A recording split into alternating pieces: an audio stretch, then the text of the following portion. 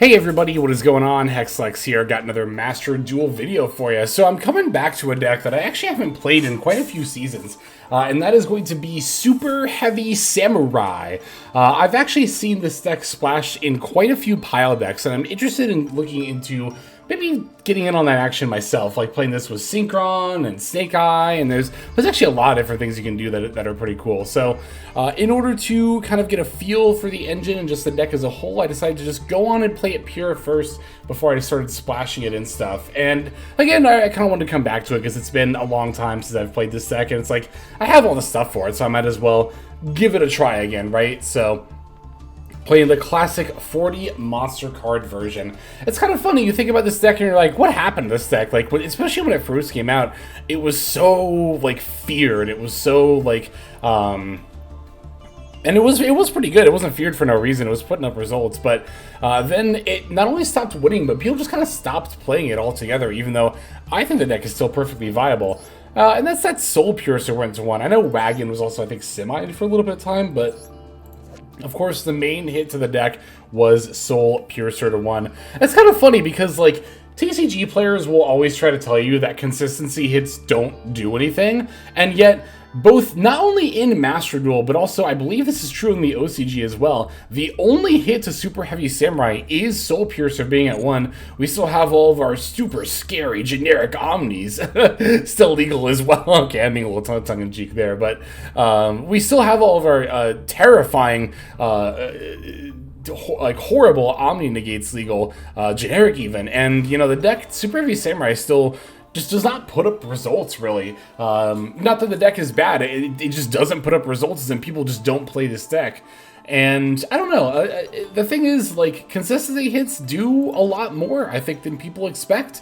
There's kind of this narrative in the TCG that consistency hits do nothing, and I think that kind of contributes to this kind of, like ban it, burn it to the ground mentality that TCG players have about ban lists. But I have always, like, even before Master Duel came out, like, even back when I was playing the TCG, I've always appreciated OCG ban lists more. I know, lol, Max C, whatever, let's get that out of the way. But when it comes to their kind of philosophy of, like, reining in decks as opposed to outright killing them, like, leaving them as playable as possible, I definitely think that's the way to go, because it leaves just so many more options available in a format. Like, it's kind of wild to me that TCG players, like, support nuking archetypes and also generic, you know, end board pieces. And then you have a format where after, you know, the TCG takes 5+ years to unhit things. Like, it's no wonder the TCG is in such a miserable, like, tier 0, if not borderline tier 0 format seemingly constantly, right? It's because of the way they do their ban list. That's why, one of the many reasons why I definitely appreciate hits like this. And again, you know, because this is actually a perfect example. Like, they have Scarecrow banned, and it's like, why? Like, why? That just makes Superheavy Samurai, like, not a viable, really that viable of an option as a combo deck to explore, right? When all you had to do was limit Soul Piercer to, you know, again, those minimal hits to rein a deck in, I think are always going to be the way to go. And I think this deck is a prime example of that being more than enough, is limiting the Soul Piercer. So anyway, talking about this deck as far as ratios go. So for our 1-card starters here, I think we're on 10, if I recall correctly. The motorbikes, that's 3. Those are definitely 1-card starters because they can search anything. Wakashi is going to be your big starter, although motorbike is still important to work into your combo line, but this will be a big one. So Wakashi, you definitely don't mind opening. That's 6. Wagon is full combo by itself, so that's 9. And then our 1 Soul Piercer is also full combo, so that's 10. So only 10 1-card starters. That is definitely fewer than all of the other decks, even Salamangreat, that we've played so far this season. So yeah, I mean, we're seeing that, again, that these consistency hits are affecting the overall performance of the deck. Now, I will say when it comes to hand traps, we're able to play quite a few more. This is, of course, at the expense of playing any other spell or trap cards, including stuff like Call By, Cross Out, other hand traps like Imperm, you know, board breaker stuff like Triple Tack. So that there is, of course, that to keep in mind. But one of the advantages to playing this deck is, again, that you do get to play a lot of hand traps, and going second isn't even really that bad, despite this being a big long combo deck, because again you have so many hand traps. In fact, we have Veiler's 3, Maxi is 6, Gamma's 8, 2 Ghost Ogre, that's 10, the Ash Blossoms are 13, Ghost Spells make, what did I say, 13, so that's 15.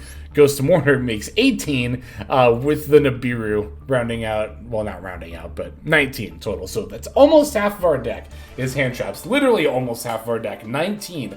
Quite a few. It's definitely not hard to open multiple hand traps with a deck like this. So that is a pretty strong advantage that this deck does have. For the extra deck, speaking of those big, scary generic Omni Negates, we're not even really playing the board load here.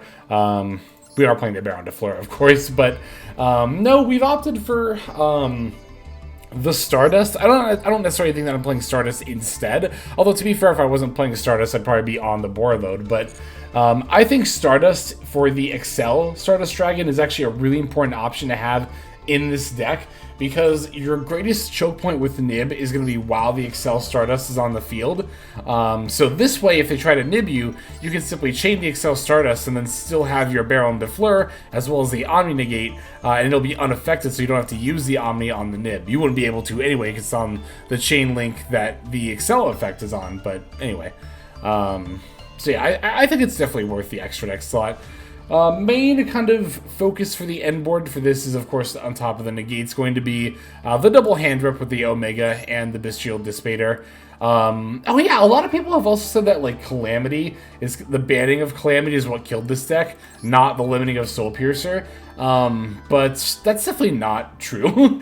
Like, yes, this deck definitely did play Calamity a fair bit, but if you actually look at the last Duelist Cup, where Soul Piercer was at, I think it was at 2 at the time, it was at more than 1, it was either 2 or 3, and Calamity was still legal, about half of the Super Heavy Samurai builds are actually on Calamity. The other half are doing multiple hand rips with Omega and Dissipator. So, no. And also, there's also the fact that Calamity was legal for such a long time after Soul Piercer went to 1 that, no, I think those two facts both dispute the argument that, well, it's not the consistency hit, it was the Calamity ban that killed Super Heavy Samurai. I've seen that argument. I, again, full-heartedly disagree with it for the 2 reasons that I cited. So, yeah, I mean, as far as the Super Heavy Samurai cards themselves, pretty typical stuff, and I think in pretty typical ratios. Pretty much 3 of all the starters are maxing out on all of our starters, as well as the Soul Piercer, or Soul Peacemaker, rather. This is not a 1-card starter, but this will unbrick a lot of hands that would otherwise be bricks. So, with Soul Piercer being at 1, I think Soul Peacemaker at 3 makes more sense. And then, pretty much every other Super Heavy Samurai or Search Target for stuff is at 1 here, so I think the ratios make a lot of sense. But anyway, yeah, that's pretty much all I have to say about the list. Let's go ahead and take a look at some of these games. Okay, so our first opponent is going to be on Fire King Snake Eye. So getting to show our first duel here is going to be against one of the best decks of the meta right now. Alright, we're going to take the first turn. Pretty good opening hand here, actually a pretty standard opening hand, or the kind of hand that we hope is standard. We have our starter, we have an extender, we have multiple hand traps. I'm definitely pleased with a hand like this. So, gonna of course lead with our wagon, but it's got an imperm for it, which is not ideal, but my opponent actually made a misplay. That's pretty common to make against Super Heavy Samurai. I see a lot of people using the imperm against the wagon effect to change its battle position, when you should be negating when it's activating the add effect, because what I can do is what I'm about to do right here. I'm going to put the Soul Peacemaker. Actually, what I should have done, I actually misplayed right there. Oh, this game. I misplayed horribly. This was my first game back with Super Heavy Samurai, so I mixed up Soul Peacemaker's effect. I thought it searched instead of summoning. So I meant to add the motorbike, not summon it. But we're actually gonna be doing some pretty cool stuff despite this misplay. But what I also should have just done anyway was link off wagon for the Scarecrow, right? And then I could have discarded my other wagon and bring back wagon. And as I said before, if I brought it back in defense mode, then I could still use this effect to change it to attack mode. That's why you want to negate on this effect, not on this one. So, but I completely threw this entire turn by just not thinking or reading or paying attention or having good memory. Just overall being absent-minded, so... We're going to pass with motorbike in defense mode. Now, we do still have a couple of negates here. Not that our opponent's going to really have plays anyway. Looks like they had to set 2 and then pass. So we got pretty lucky on them having a bit of a blank hand there. Gonna, quote-unquote, try to resume our combo, even though we're starting on a new turn here, with the wagon. But again, my opponent's imperming at, again, the wrong spot. They really need to be doing this when I activate the effect. All right, now is when I wisened up and you know, realized, oh yeah, I can just dodge it like this.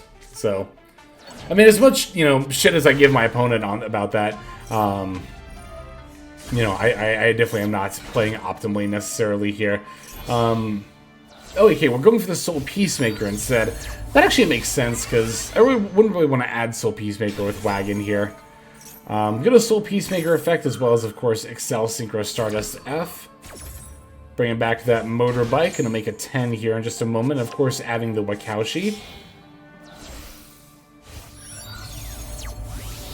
Alright, here's our 10. It is none other than the Baron de Fleur. Baron de Fleur effect. Gonna pop the face down card. Ends up being crossed out.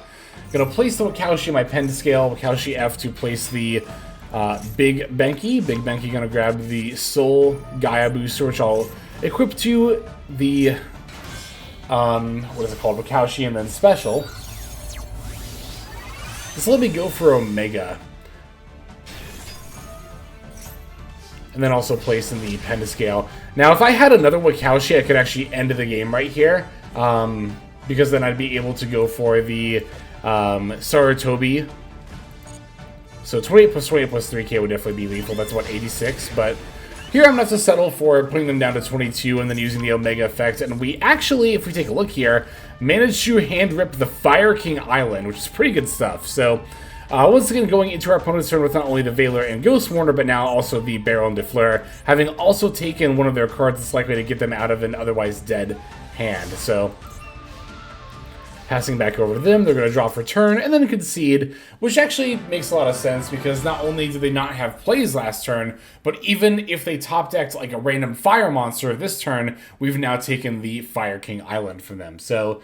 yeah, a bit of a botched turn 1 from me there. I will definitely freely admit that. But again, this was literally my first game back, was not playing Superheavy Samurai for like multiple months. It's not really an excuse for just not reading the card, but we still managed to pull out a W here all the same. I will say that even if my opponent had plays on their turn, we still had that Valor and Ghost Warner that we didn't end up using the whole duel. So again, even if they had plays, I'd like to think we still would have been able to... come out on top there. But anyway, let's take a look at our next game. Okay, for this one, we find ourselves playing against Eye Centurion, which I don't think I've come across this before. So, believe our opponent is cooking here. They're going to be ending up taking the first turn here.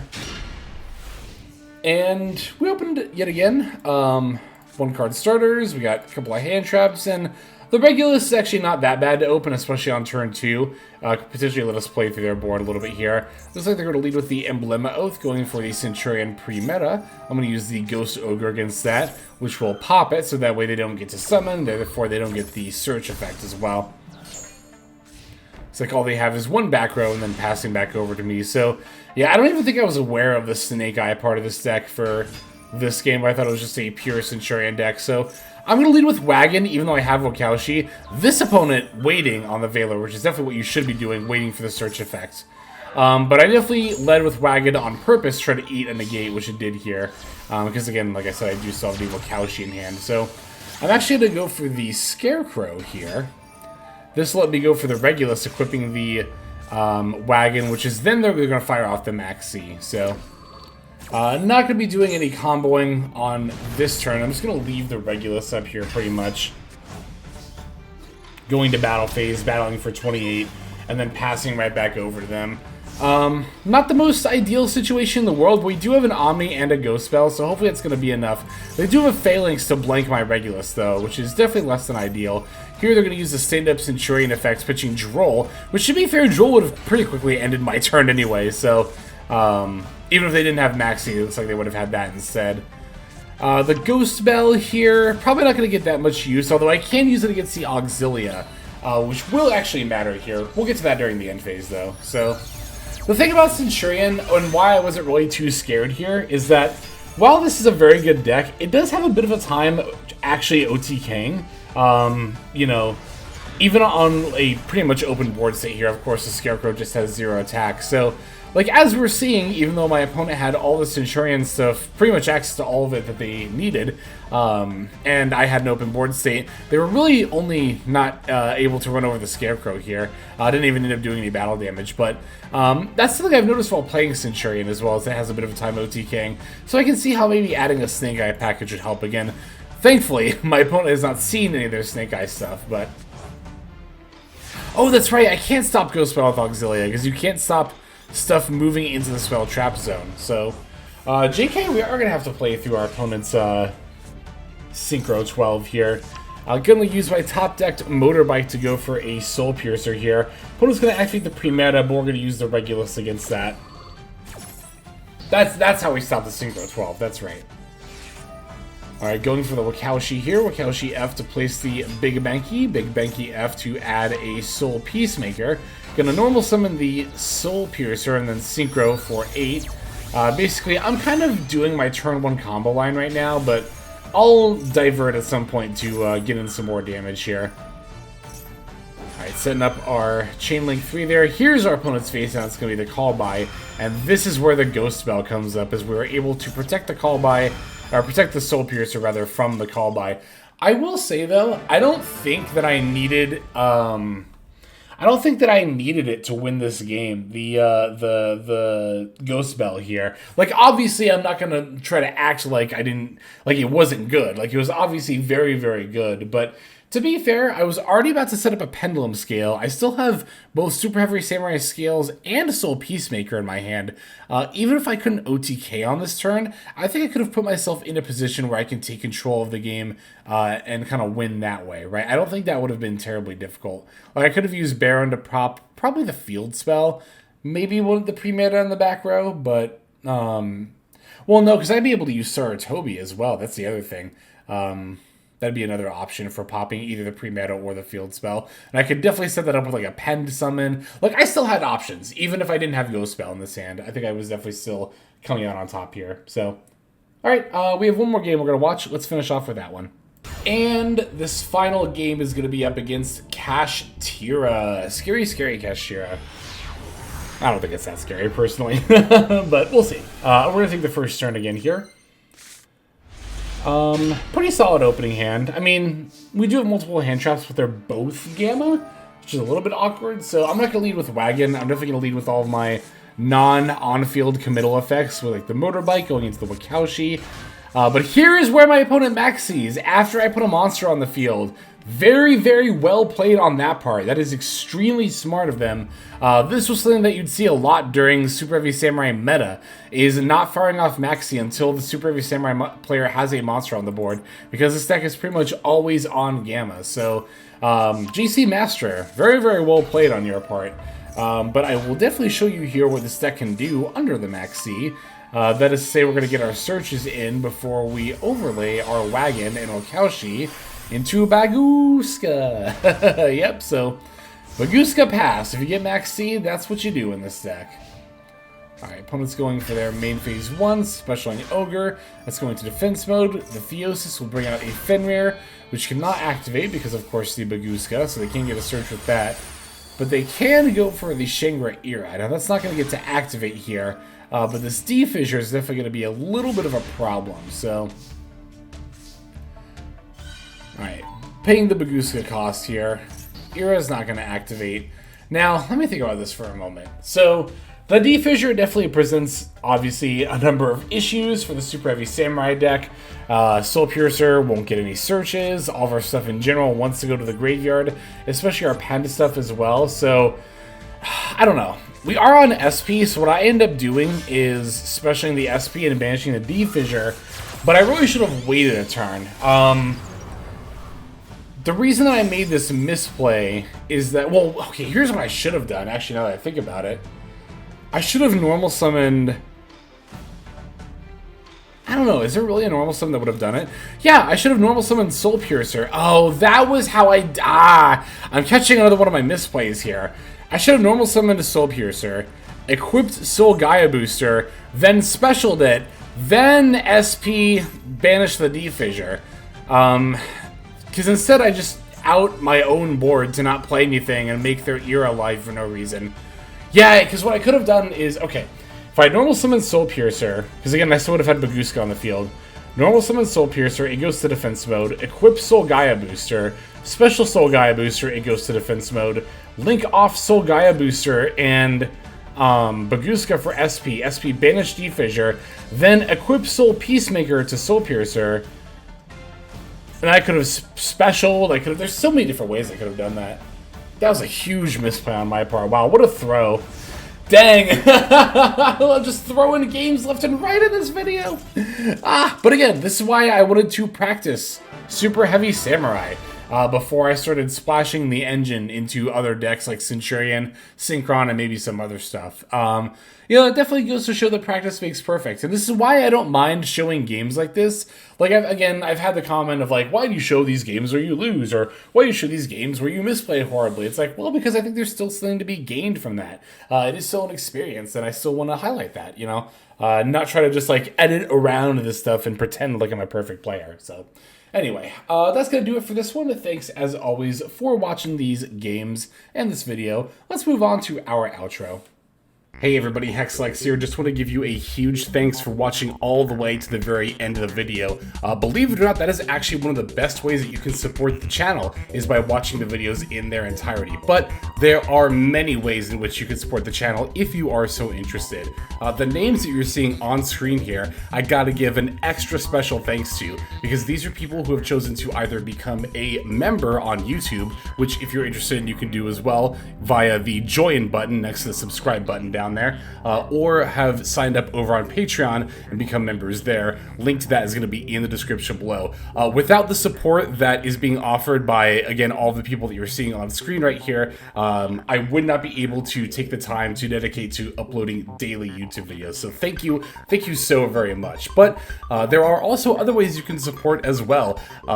Again, link to the description below. If you like my deck tracker that you'll see in a lot of my videos, the Untapped Companion, you can download that for free, and if you use my affiliate link down there, then that also goes a long way towards supporting the channel. That's, again, free. So is subscribing here on YouTube. That's also free and a huge way to support. You can also check out Twitch, once again linked in the description below. Following and subscribing over there will not only support as well, but also give you notifications of when I go live if you want to catch some of the live streams. But really, no matter how you choose to support, it all adds up, and it all definitely means the world. So thank you, each and every one of you. For now, this is Hexlex. I'm going to be signing out. But more than that, I'm hoping that you have a fantastic day.